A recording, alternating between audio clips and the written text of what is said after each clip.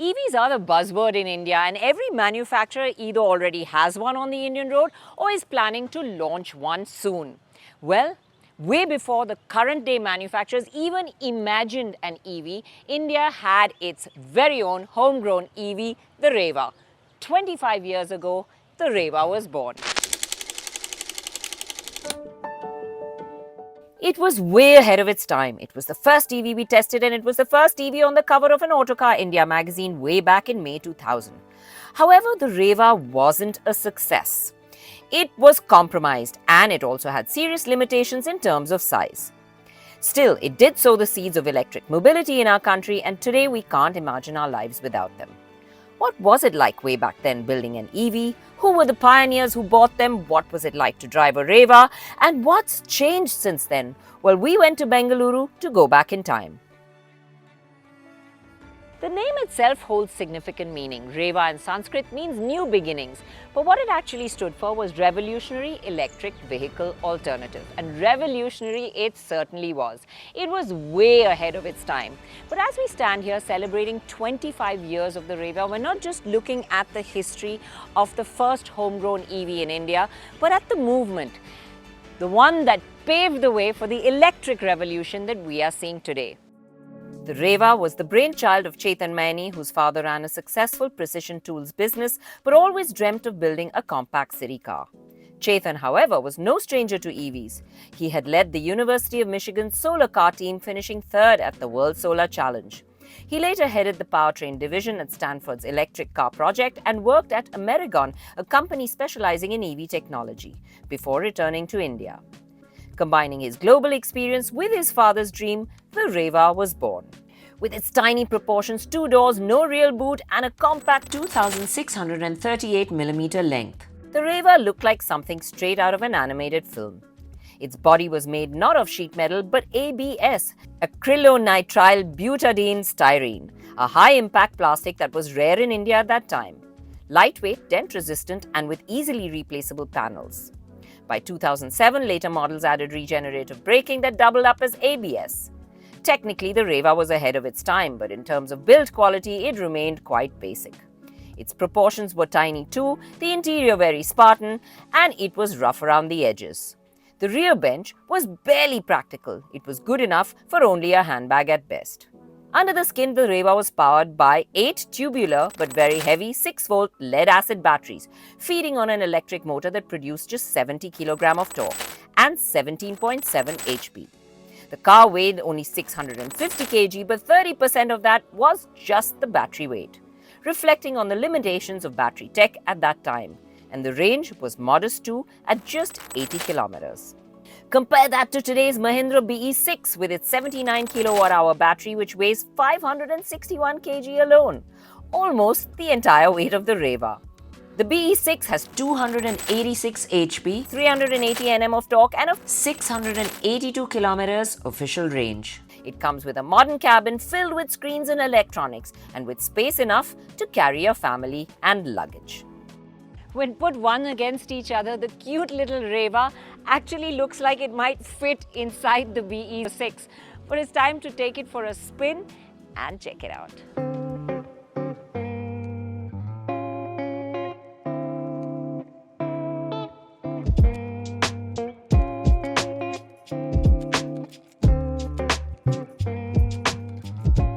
Driving a car that's 25 years old, you realize how much has evolved. And big one is suspension, of course. Going over the bumps or sharp speed breakers can be quite a rib-rattling experience in this one. But otherwise than that, I think as far as convenience factor goes, it is pretty cool. Because you can really nip in and out of traffic gaps, tuck yourself into the tightest of spots, steering is light and easy, and acceleration on demand. U-turns? Well, never a problem in this one.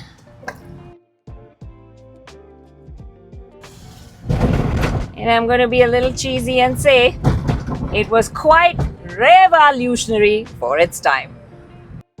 Taking the Reva for a short spin highlights the evolution even more. The one I'm driving is bare bones, the interior just about functional, and quality of materials leaves much to be desired. But there were versions that offered ventilated seats, a music system, climate control. Imagine ventilated seats back then. The Reva also had a boost mode, which I engaged instantly. With its light steering and instant torque, darting through Bengaluru's traffic was a breeze. Parking, not even a concern. The Reva could be tucked into the tightest of spots. It felt tiny and go-kart-like to drive, and practical in traffic, even a little fun. But then the suspension thudding through potholes shook me to my bones, and the small sliding windows that only open halfway had me sweating it out. The basic switches to shift drive modes were fidgety, and the teeny tiny side mirrors barely usable. Compared to any modern-day EV, it did feel crude. And while it was roughshod, even for its time, it still was a small, city-friendly vehicle that was remarkably easy on the wallet. With the Reva juxtaposed against the mighty BE6, we can see just how much EVs have evolved. And who better to have this discussion with us than the man behind the Reva, Chetan Maini. Chetan, it's wonderful to be back with you 25 years later, with these cars still up and running. How does it feel when you still see them out on the road? It's a really good feeling, especially not just in India, but my son was in the UK last year, and he sends me a picture of a car. And I said, wow, can you go close and get me the VIN number? And I said, oh, that's a 2004 model running after 20 years. But it's fascinating because even now, it's hard to get consumers to adopt EVs. They still have range anxiety. They still have, questions about resale and stuff like that. Yeah. Way back then, how tough was it? And you just tell us a little bit about that journey. Well, it was a challenge from a technology point of view because you had to develop all the tech. No one knew how to even develop electric cars at that time. So training a team that could do it. There was no certification. You couldn't even go and get a car certified in RTO. So we had to go to AREA and set up the regulation. And then it took us 3 months to certify the car because it only had CC on it. And they said, we don't know how to fill the form. The challenges were definitely there, and I think even policy-wise, it was very difficult because they actually raised excise duty on electric cars. Import duties were expensive for any parts that you had to import as well. So it was a big challenge in that time, and regulation, there just wasn't any. The biggest part was there was a 75,000 rupee subsidy, and a month before we launched, it was removed. So we actually going to price this at 1.8 lakhs, and finally we had to price it at 2.5 lakhs. So that was a big hit, right? But looking at it today, 25 years later, there's a full 180, and everyone's supporting it, and electrics are the way to go. But it was the initial stages were definitely hard. Watching the evolution of EVs in this country must be interesting for you, because battery tech has changed so much. I mean, from lead acid to now, lithium ion that we have, and even just the weight of batteries, the efficiency of batteries, that's changed, and that's something you're working with. So talk us through that. Well, I mean, the batteries in this vehicle weigh 250 kilograms, right, and give you around 80 kilometers range. 2007, we introduced lithium ion, right, and that was approximately 80 kilograms. And the car that you're sitting on has that, and that was probably giving you around 120 kilometers range, right? Yeah. And today, probably that would be around 45 kilograms to give you the same thing. So, there's a 6x improvement from when we started to where we are today, right? This would take you, 3 hours to 80% charge and 5 to 6 for 100% charge. And today you're able to do that comfortably in under an hour, and with new technologies in probably 30 minutes. So it's huge improvements, and that's definitely been a game changer as we think through this. Yeah. And what do you think? You think there's genuinely a future where we will see entirely EV, or do you think things will still evolve and a lot more technologies will come our way? I really feel EV is the future. I mean, I think once you drive an EV, especially the newer vehicles, the kind of instant torque you have, the quietness you have, and if you really want the sound, you can get it also within the stereo system. Yeah. So you've got everything on that. It's just a higher performing car. The CG is lower. And even on two-wheelers or three-wheelers, any form factor you're looking at it, right? So I really think electrics are the way to go. There are going to be, certain areas where on from an emotional point of view. There are going to be, the ICE engine vehicles that will continue, but I see this transition really happening fast. Starting, of course, with 2 and 3 wheelers, but cars, some countries like China, it's already 50%, right? Norway's 80%, so India's not far away. What do you think of products now like the Mahindra BE6, other homegrown EVs that kind of have just taken it leaps and bounds forward? I think the last few years have been very exciting, and I think it's really exciting to see Indian players and what they're doing, right? The products and the price points that are coming out is fabulous. And like any other, EVs had this advantage where it was a bit more level playing field. You didn't have a 50-year advantage from someone else. You would catch up fairly quickly. And right investments, right teams, understanding the market better has made it happen. So I'm really excited about what the homegrown players like Tatas and Mahindras are doing. And it's sort of bringing exciting cars with high performance, which has been very different than what we've seen in the past. Yeah. Clearly, I think the BE6 has a very different styling. I think it's unique, and I think especially for the younger generation, they will love it. I love the interiors too, with the sort of the cockpitish kind of airplane kind of area. And I think that's nice that car companies are thinking a little bit off the norm, right? And they're pushing the limits, both on this design side as well as the fit, finish, quality, and performance is way ahead. You are a car guy, you are a car person, but to that transition from ICE to EV, what was it for you? For me personally, it was more about in the 90s racing solar cars and saying, wow, you can cross a continent from Australia on sun energy. And I said, that's the future of India, right? That's, to me, getting renewable energy and electric mobility together was very deep. And while I was really into performance vehicles and enjoyed that, it was a bit of bite of tongue where I said, what does India need? Do we really need that high performance, or do we need something that is designed for Indian roads, right? And you hardly go 65, 70, so speed and range and everything were limited to what we did. So the product was designed more from what I felt the market needed than probably my personal aspiration of having high performance products, right? And I think I always knew electrics were very fast. I always created a high performance version for myself to drive, right? But clearly that's changed today, right? Tremendously, right? Today, performance is, so fast, so high in all electrics than it was probably 20 years ago. Yeah, we actually, as journalists as well, sometimes calling EVs fun to drive, which is something I don't think we ever imagined we'd do. But I guess the world's changed. The world may have changed, but Chetan's passion for his car certainly hadn't. So we took it for a short spin. Tucked into the tiny cabin, shoulder to shoulder, it was just the Revelation. Anything that you sit in from 25 years ago, you really realize what the evolution of automobiles has been in just such a short span of time. So many things, and ABS on this car meant something else. It was the material you used for the plastic. Yeah, but although the from 2008 onwards, we had this terminology called pseudo ABS. Yeah. So because we had regenerative braking and it was rear-wheel drive, we would back off the regenerative braking, and so you would not have a rear-wheel lockup. Yeah. So we had this sort of rare ABS on this area from every product from 2007 onwards. Yeah, don't ask me to even begin saying the technical name, but the plastic that you used and you were talking about was actually, the short form of it was ABS, right? That's correct. Correct. So that's what I was saying. Butylene styrene. There you go. See, I didn't even attempt it because I wasn't going anywhere near it. And it was, at that time, I think it was hard explaining to people that it's made out of plastic, and everybody thought, oh my God, what's going to happen to it? And I believe you actually took out a hammer and showed them that no, nothing's happening. And then what happened is every showroom, we actually gave a panel with a hammer, and so customers would come and hammer it, and then that's the only way they get comfortable. Yeah. Also, in 2001, we introduced tubeless tires, but you got to realize that even Mercedes didn't have tubeless tires.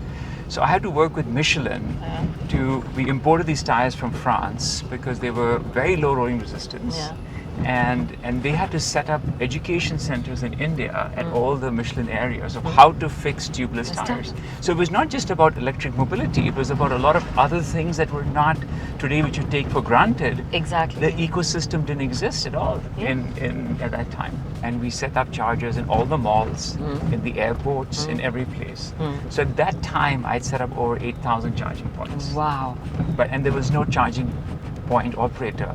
So in a way, you had to build a car, a lot of the supply chain parts, a lot of the ecosystem, which today, is so nice that you have multiple players and each one is playing their role in building up an entire community. Correct. And after hearing Chetan's take, we had to talk to one of the pioneers who bought the Reva to find out what it was like for him. Madhukar sir, when did you buy the Reva? It's, I think in 2011 I have purchased this car. Yeah. And you have been using it since then? Yeah, since I think it's now 14 years, it's without any hassle. Yeah. I would like to tell you something more about this. Sure. Because in my house, it's one of my family member. Okay. Okay, and we have named it as a Chintu. As Chintu? Yes. And everybody in the family likes it as much as you? No, it is every day fight for this to take car out. Because one more thing is that my younger daughter, now she is in 12th standard. Since last, I think from 5th standard onwards, every day she has to go with this car only. If that car is not there, then there is no school. How so amazing. that much we have get used to this, and like it's one of our family member. Yeah.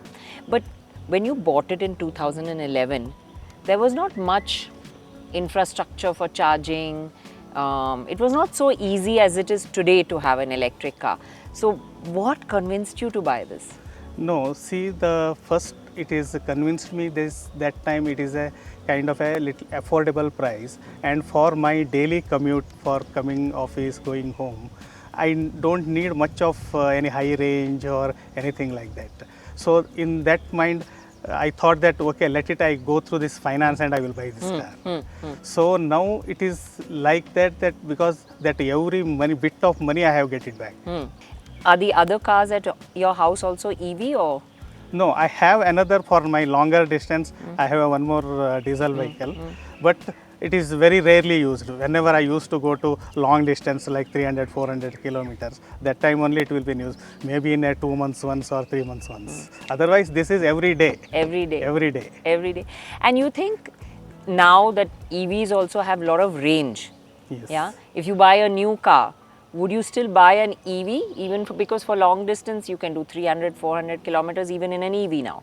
Yeah. Definitely now if I have to think of dispose that diesel vehicle and want to go for, definitely sure I will go for this EV only. Have you driven the BE6? No, I haven't actually. So come on, we're going to give you a round in the new EV and let's see what you think about it. Yes, definitely. Okay.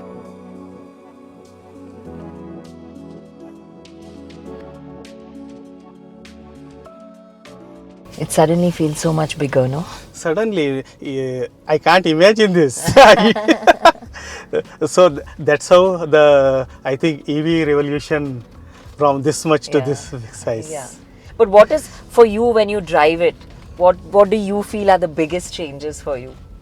No, what I feel that there is a lot of this electronics changes. I'm feeling that it's like a gadget. May not be like we used to that our traditional geared diesel vehicle or all these things. If you see this, all this kind of a like your iPhone, from your Nokia, that keypad phone to you go to iPhone, is like the same thing. Yeah. And how does it feel to drive? No, drive is fantastic. Yeah. You can't imagine, and there is no comparison of any your IC engine vehicle and this. Yeah. It's amazing, beautiful. And also the thing, it has been improved that your range anxiety is not there now. Like that 500, 600 kilometers range, just you can start and go. Yeah. It's very nice. But only thing is that such big cars in the city, while you are driving, you should be very careful so that somebody will come two-wheeler, so suddenly they will cross over you. Yeah. So those kind, you should be little cautious on this and Yeah. also don't know now presently how about the maintenance of, if anything such things, what about the cost of this, how the gradually when the battery degradation happens, how it behaves, as of now we don't know. That is the one anxiety if Everybody has, and the replacement cost also. Because if you see in earlier Mahindra has bought E2O and E2O plus. If you see now, the replacement of the battery cost is nearly a new car price. Yeah. But how has it been in the Reva? Because you've had it from 2011. It is now 14 years. See, I have replaced twice these batteries since the last 13 years. Each battery will give me around 5 years, 5.5 years, and average of for 40,000 kilometers once.